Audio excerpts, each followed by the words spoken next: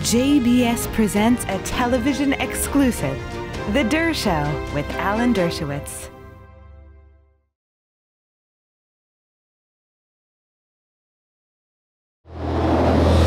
Today on The Dershow, we're privileged to have a very, very important voice in the media today, Christopher Ruddy, who is a friend. He runs Newsmax, which is becoming increasingly influential, watched by more and more people, and sometimes controversial. Chris has a remarkable history in media and a remarkable ability to cross party lines. Among his friends, he counts Bill Clinton and Donald Trump. There aren't too many people who can say that, and I know I've seen Chris in the presence of Donald Trump, who takes his advice very, very seriously. I wish he took his advice more seriously sometime. Chris has worked in every aspect of media, and today his voice is among the most important. He was ranked among the 100 most important conservative voices in America, and today I would put him certainly among the top handful of such voices. But he's a libertarian. His views don't always correspond with those of the Republican Party or with traditional conservatives. He's a libertarian, and he strongly supports freedom of speech. Now, his own freedom of speech is under attack now, and that's why he's a guest this morning on The Dershow. We'll talk about the McCarthyite congressional hearings that have taken place and the McCarthyite efforts to try to get Newsmax taken off the air. You'll hear all about that when I interview Chris Ruddy on The Dershow. Yesterday, I watched one of the most frightening congressional hearings that I've ever seen since the early days of the House Un-American Activities Committee under McCarthyism in the early 1950s when I was just a schoolboy. I watched Democratic members of Congress basically urging cable providers to censor Newsmax, to censor Fox, and to censor other conservative voices. They claim they were just asking questions. And how can the asking of questions violate the spirit or the letter of the First Amendment? But listen to the question that was asked. Are you planning to continue to carry Fox News, Newsmax, on DirecTV, on AT&T, beyond any contract renewal date? If so, why? Is that a question? That's not a question. That's a threat. That's the kind of letter that Joseph McCarthy, that's the kind of letter that members of the House Un-American Activities Committee sent out to Hollywood studios, to television networks in the 1950s. Just questions. Why do you have these communists on the air? Why do you have these leftists on the air? Are you going to continue to have them? If so, why? And then they created Hollywood blacklists, red channels, and that's what we saw yesterday in Congress. What was missing yesterday was Chris Ruddy. What was missing yesterday were people representing these television networks that are being censored. And so it's my pleasure now to have as my guest somebody who should have been at the congressional hearing yesterday but was not, my friend, the head of Newsmax and one of the great media people in the world today, Chris Ruddy. Welcome, Chris. Alan, thank you for having me on. I really appreciate that introduction. You know, you and I probably disagree on 7 out of 10 issues, but we do agree on the basic fabric of our society, which is the Constitution. And we believe in free speech and all sorts. I've never been happy with what CNN and MSNBC report, certainly not over the past several years. And I would never, in like my wildest imagination, think of myself saying that we should close down CNN or MSNBC, or that we should ask providers to close them down. I believe that much in a free society and a free press. And the fact that not only these congressmen, but, you know, CNN's operatives have been calling also the cable operators asking for us to be shut down, which is also curious because Newsmax TV is now the 4th largest cable channel. So they have a competitive interest in having us removed. They have a competitive interest in getting Fox out. So, you know, sometimes follow the money, too, on some of this. But it's out. It really is shocking to me. I wasn't there during the McCarthy era, but now I'm getting a feel for what it was like. So were you invited to appear in front of the Congressional Committee? Nobody invited me, no. And some of my people in Washington talked to the Congress. They were not interested in having even the Republicans. They wanted more of an intellectual discussion about the First Amendment issues. And as you know, they had Mr. Turley, a professor from Georgetown there. But they didn't have people representing you. I would have been happy to speak on behalf of either Newsmax or the First Amendment. They had several people speaking against the First Amendment, several so-called experts, including Soledad O'Brien, and others from the media, from the Columbia School of Journalism, who seemed to favor censorship. I think you put your finger on something. Today, one of the biggest problems is that the media, people in the media are calling for media censorship. A group of hundreds of writers sent a petition around urging publishers not to publish any books that were written by people who are enablers of the Trump administration. Where is the ACLU? If this were the old days of McCarthyism, the ACLU would be right in front saying, hey, Congress, you can't do this. You can't hold hearings, the purpose of which is to intimidate and threaten and frighten AT&T into taking Newsmax off the air. But we're seeing so many people who normally you would expect to support freedom of speech to be on the other side. As you say, Chris, we don't agree on a lot of things. And I watch Newsmax a lot, but I flip the channels. I want to see what CNN is saying, and then I want to see what Newsmax is saying. I want to see what MSNBC is saying, then I want to see what Fox is saying. Today, there is no Walter Cronkite. There is nobody you can turn to and say, now I'm going to watch CBS News, I'm going to see what Walter Cronkite says, and I'm going to believe every word of it. Today, you have to go from channel to channel to try to get a sense of what you accept and what you don't accept. So, Chris, do you think that any of these providers, any of these satellite or cable platforms are going to take seriously what these Congress people said? Or is your ability to be on television in danger, do you think? Sure. One of the reasons is that some of these operators have a conflict of interest. AT&T owns CNN. CNN has been out aggressively calling for us to be deplatformed. Brian Stelter, a guy named Oliver Darcy. I mean, they say they're media critics, but they spend their time calling cable operators saying that why are you putting Newsmax on? And then you have Comcast owns MSNBC. None of these guys like Newsmax because we're now getting approximately, studies show about 30 million people, according to Nielsen, too, watch Newsmax regularly, and we're getting about a third of the audience, interestingly enough, are Democrats. And they're all looking at these numbers every day, shocked that Newsmax is rising, and I think they're very concerned. I think that also we've seen in society, you've been an observer a longer time than I have, but it used to be, I think, the left and the right had principles. There was Bill Buckley on the right, there was Alan Dershowitz on the left, right? You were sort of old-fashioned in your ways, you disagree, but you'd have a set of core principles you'd actually both agree to. Now the left, and to a degree the right, I think are into power. It's a power grab.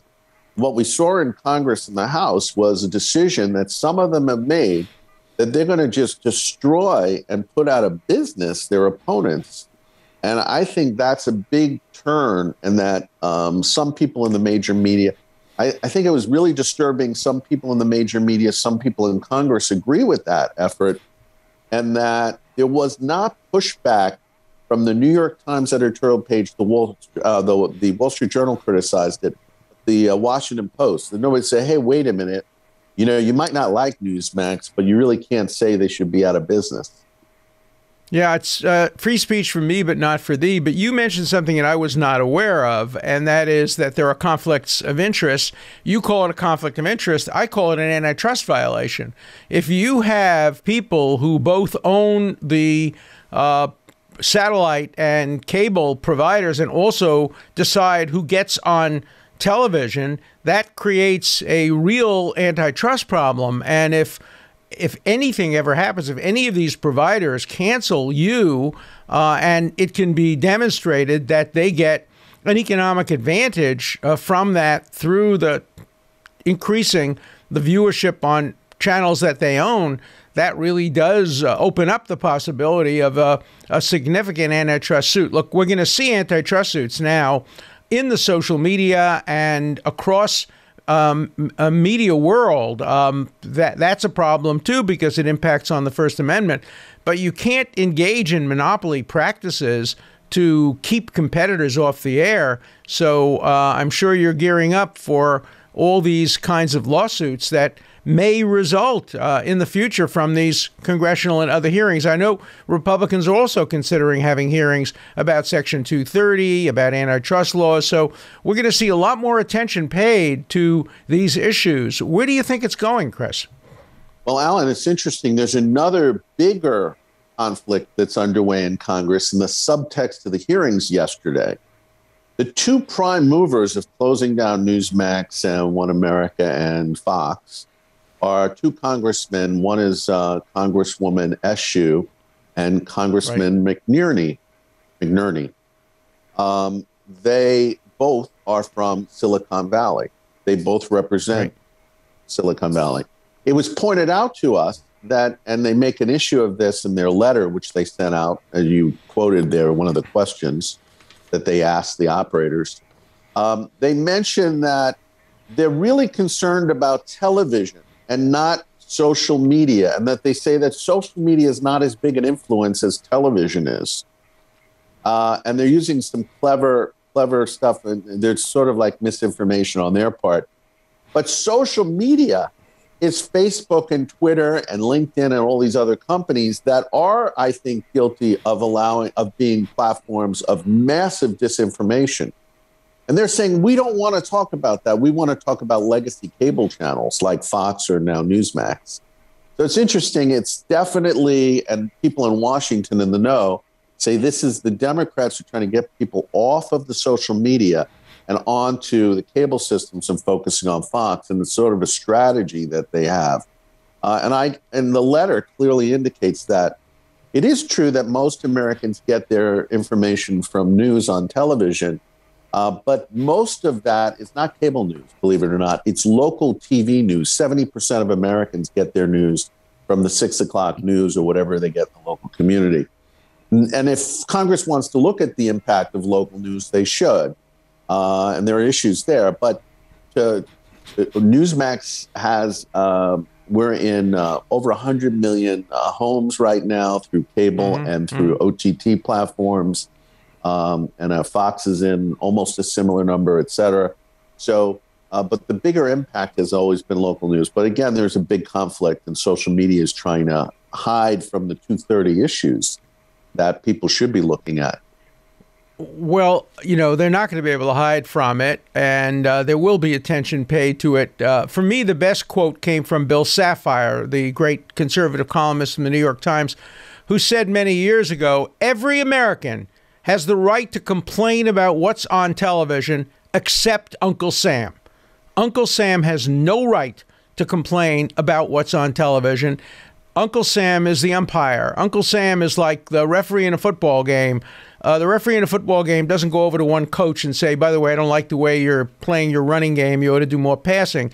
And the United States government has no right to tell Newsmax or Fox, no right to go into their editorial rooms, no right to go into their newsrooms, and no right to put pressure on TV cable carriers. I want to just read you another one of the questions. Here's another one of the questions. These are so-called questions.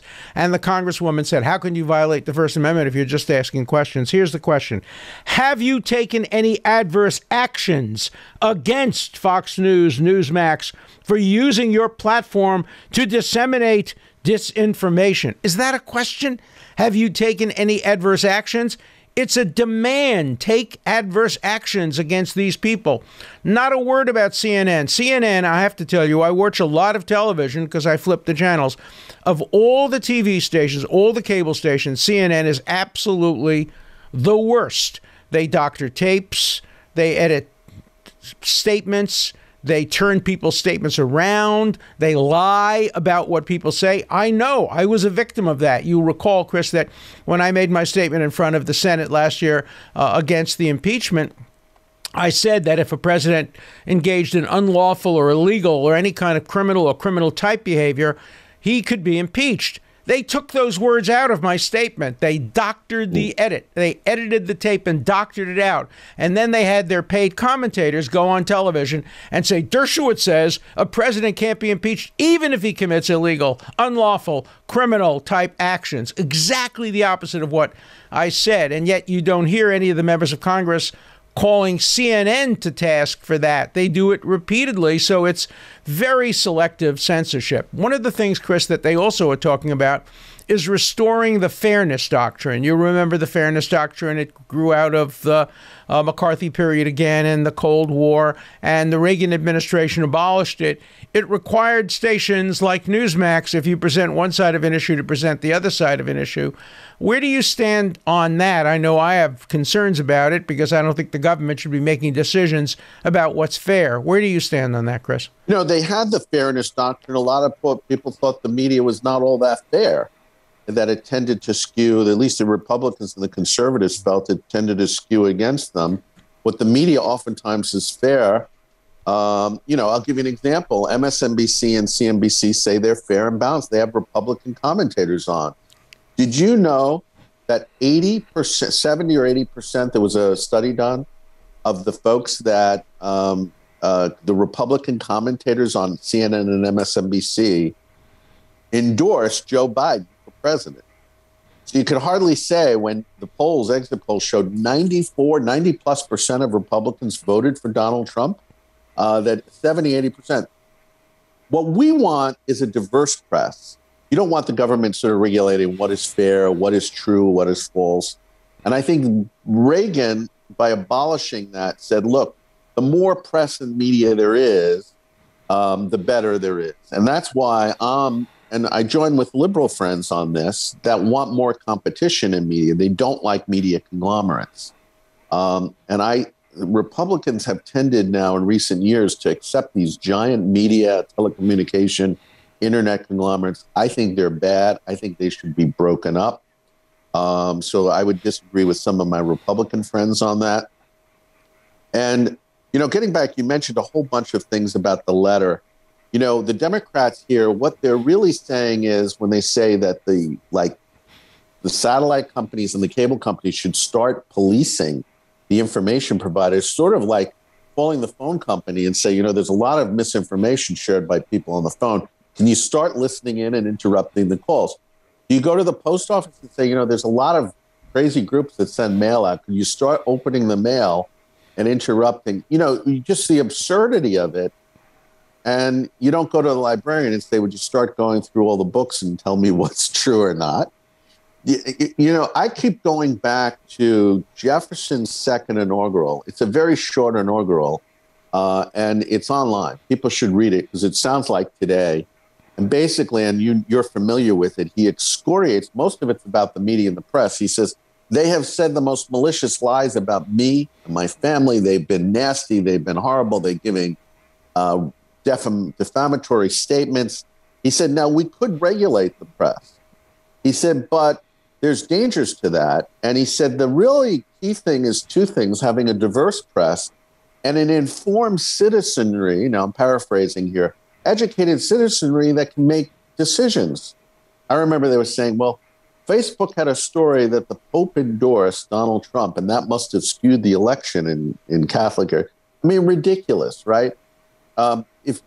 Informed people are not going to believe the Pope is endorsing Joe Biden, of course, and they're probably not even voting. But you take it to the logical extension of what they're saying, and it's not only absurd, but it also becomes sort of dangerous because you're walking down a path to dictatorship, in my mind, and it plays into this power grab that's going on. How do we fight back? We fight back on the Dershow every day by railing against these efforts to censor. I write books. I have a new book coming out called The Case Against the New Censors, Big Tech, Progressives, and Universities. You have a lot of material on your channel against repression. What else can we do to fight back? How do we persuade the American public This is not good for our citizenry. It's not good for democracy.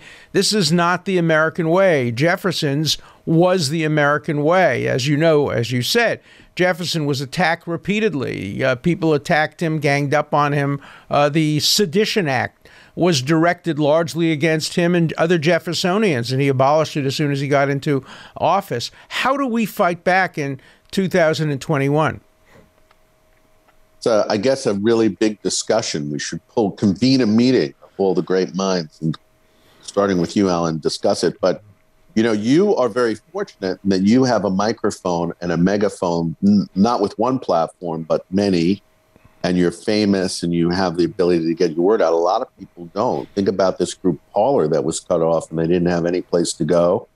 Right. They made it difficult. I was listening to a lecture on YouTube this morning, actually, and he's basically saying, I'm going to be careful here now talking about the election, or here careful about, because I like the ability I have to YouTube to reach the people, but I don't want to be cut off from YouTube. They have taken down on YouTube videos. We did an interview with President Trump recently, and he mentioned that the election was stolen. YouTube actually took that video down. We had no appeal. Wow. It's supposed to be an open forum, which gives them 230 privileges, right? So they can't be sued, but they are going in and selectively editing. We had to go in and edit the video and take out the portions and put it up there. Not that I wanted to do it, but it was the only. So I do think even they are very selective. I challenge their policy. I purposely had Joel Pollack on my podcast because Joel had written a book basically questioning the election. I don't agree with that. I don't myself think the election was stolen. I agree with basically Justice Thomas's dissenting opinion just the other day when he said they should have taken the Pennsylvania case. I think the Pennsylvania courts did violate the Constitution, but there weren't enough votes to change the outcome of the election. But in any event, I had Joel Pollack on, and Joel Pollack violated YouTube policies by questioning the election. And I challenged YouTube to take down that podcast, but they didn't do it. They didn't accept my challenge because they knew if they did, I would be suing them. I would be challenging Section 230.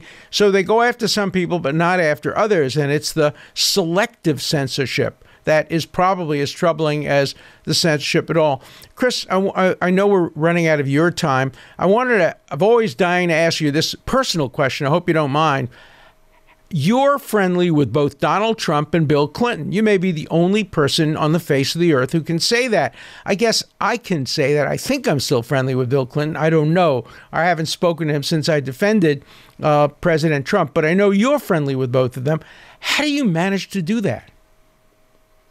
Well, you know, there's a lot of history here, too, because I was friends with Bill Clinton for a long time. I was been friends with Donald Trump for over 20 years now. And I got to know Trump when he was a pretty strong Democrat. He would fundraise for people like Chuck Schumer and others. I know that seems like ancient history to a lot of maybe your listeners and others, but they actually liked each other, and the Clintons and Trumps were fairly friendly, went to weddings and parties and events, and were donors to Trump raise money for Hillary Clinton's election. So, you know, there is shared history. Things got very tense politically, but I've still remained good terms with President Clinton, who I deeply admire and I like. And I think he was a guy that tried to build the center. And I think he really loved the idea of championing America around the world. And I really came to admire him during the War on Terror, when most Democrats were attacking George W. Bush. And Bill Clinton was out sort of as an ambassador to the rest of the world, supporting the Bush policies. People forget that. Hillary Clinton voted for the war in Iraq. That's the reason she lost the 2008 election to Barack Obama. So it's not, you know, Republicans like to cast a foul look at the Clintons, but I think that certainly on Bill Clinton's record, it's very good. And I just, you know, my view is if Donald Trump wanted to stop being a friend of mine because I'm a friend of Bill Clinton's, you know, be my guest. But Donald Trump knows I'm friendly with a lot of people on both sides. He knows I'm friendly with a lot of. I brought Maggie Haberman to Mar-a-Lago twice to have dinner. I'm friends with her for many, many years. I had worked with her husband when I was at the New York Post. And the president Donald Trump has a lot more bandwidth than people think. He might try to make a lot of exclamatory statements on Twitter and other things that get people upset, but he's a lot more open-minded, I think, in person. And I've always found him that way. And it's all for the good, I think. I think he got a lot of, unfortunately, he had a lot of not good advice as president, because I think he really had the ability to be a more of a center president and would have won re-election with a much bigger margin than having lost the election. I do believe that he lost the election, by the way, and that the results were legitimate, although I do believe that the mail-in ballots, shenanigans like you referred to on how they changed the rules, were not good, and that could have cost him the margins in some states. Look, you're a man of great nuance and sensitivity. How do we learn? How do we use you as more of a model? I think Americans today crave a return to the center. I think many Americans crave the ability to speak to each other the way you can speak to both sides, the way I used to debate Bill Buckley. Today, we're seeing friendships being ended, family relationships being destroyed over how to pick sides. How do we get back to a situation where we can talk to each other?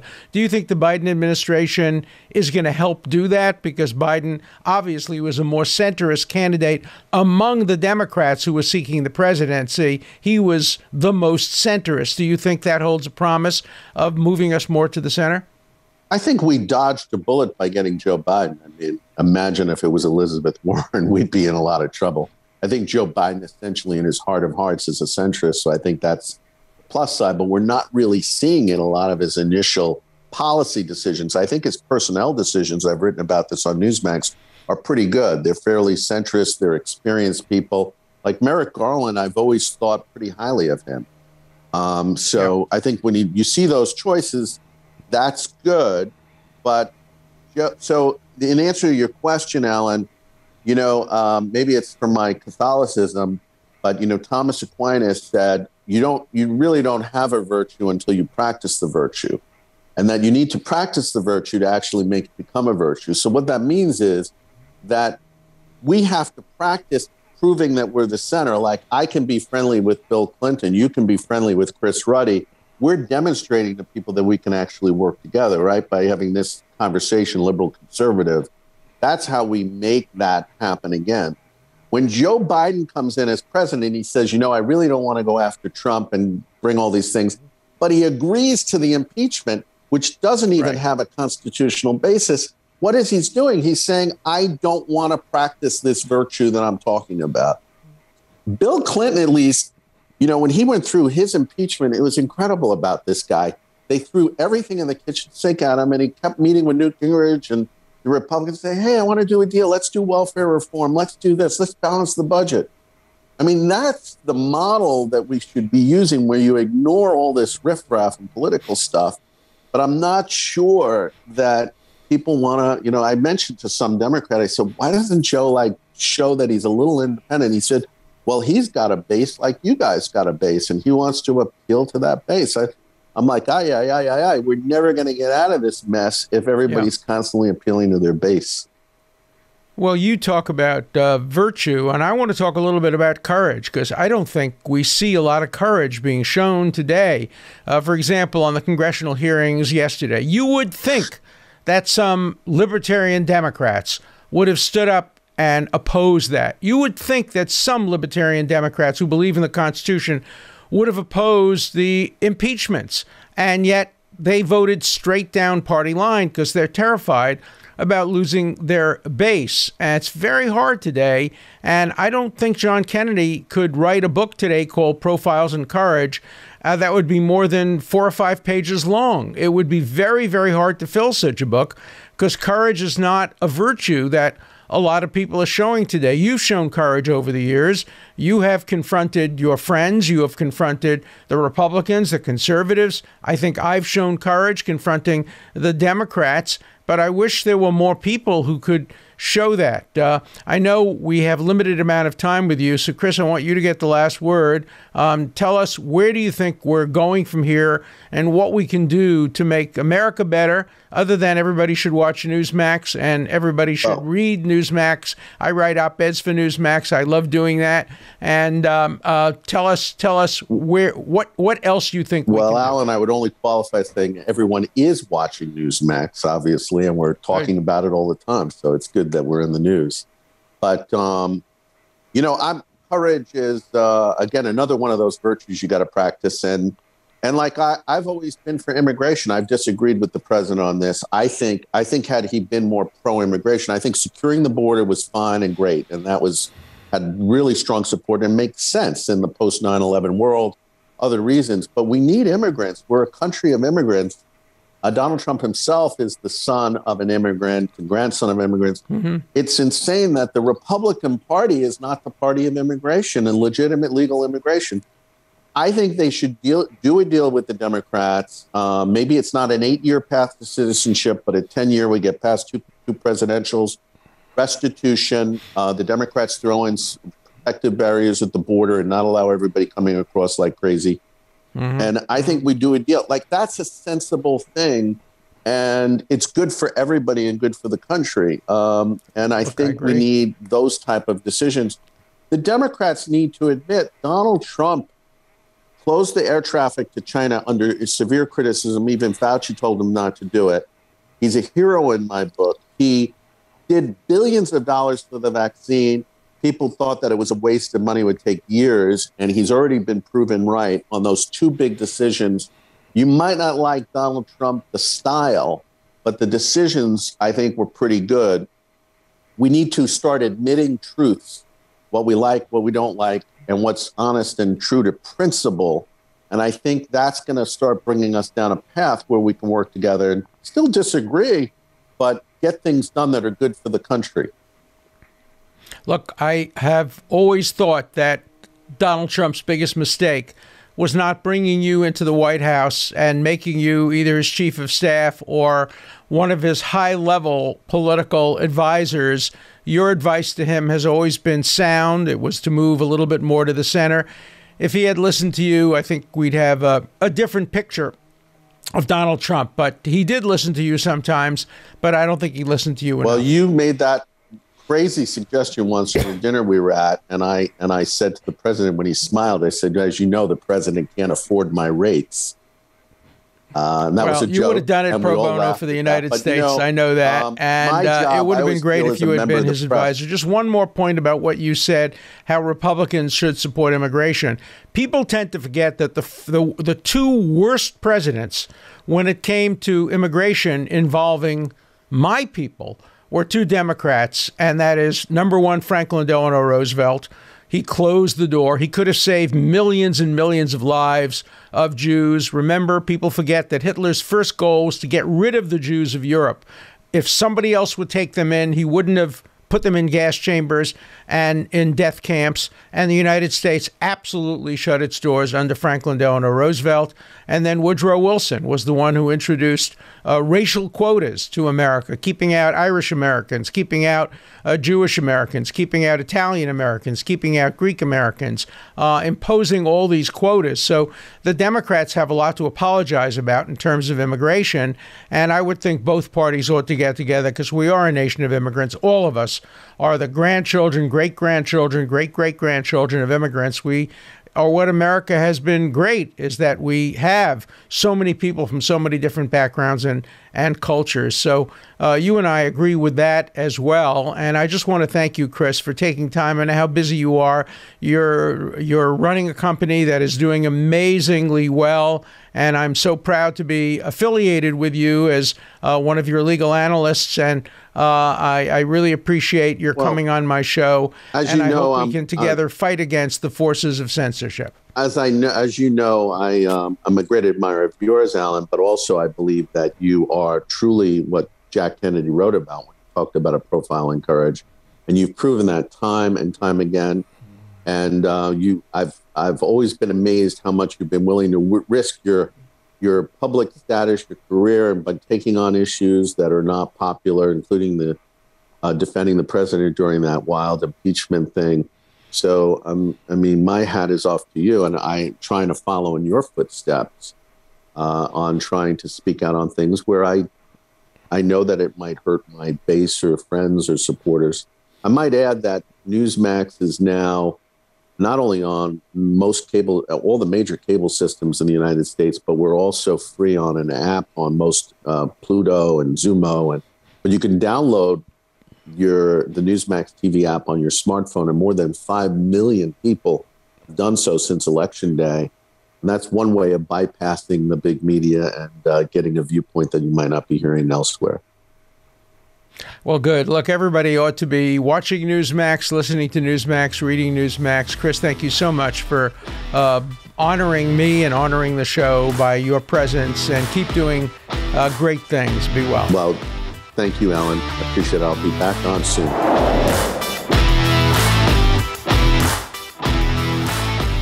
After hearing Chris Ruddy, I think you will understand why I feel so strongly that he must remain on the air, and that these members of Congress who want to take him off the air, who want to censor him, who want to prevent you and me from hearing his wise words, are engaging in activities which are so un-American that they remind me of the McCarthyism of the late 1940s and early 1950s. On the Dershow, we will always fight against that form of McCarthyism, whether it comes from the right or it comes from the left. And I think, again, watching Chris Ruddy, who is conservative and who tends to be Republican, and me, who is a liberal and a Democrat, we share a libertarianism, we share a love of the Constitution, we share a complete support for the First Amendment and freedom of speech. And on the Dershow, we're going to try to have more and more guests and more questions and more comments about how we can use our united love for the Constitution, our united love for America, and for good things that all Americans stand for, to bring us together rather than separate us. I think that one of the goals of the Dershow is to promote the widest diversity of free speech, the widest diversity of political opinion, and also in an effort to try to show commonality, to show where we stand together. Sure, we will disagree. We will disagree about a woman's right to choose abortion. We will disagree about gay marriage. We will disagree about gun control.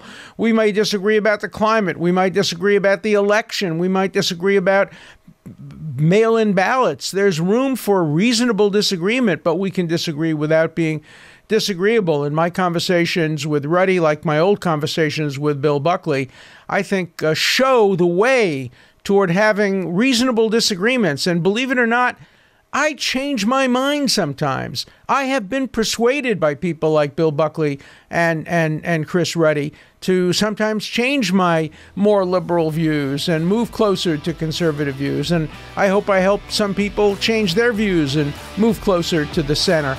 But you'll always hear all sides of every issue of importance on the Dershow. Tomorrow we'll take more of your questions. Today, obviously, we want to give the time to Chris Ruddy. But please keep calling in, keep subscribing, keep giving comments, and keep being the wits for the Dershow. An important part of the Dershow is your voice, your questions, your comments. Please call 24/7. The number is 216-710-0050. Keep your comments short and to the point. Again, the number for you to call 24/7 is 216-710-0050. Hard questions, criticisms, everything's fine. Just keep your questions short, and I'll answer them all on the Dershow.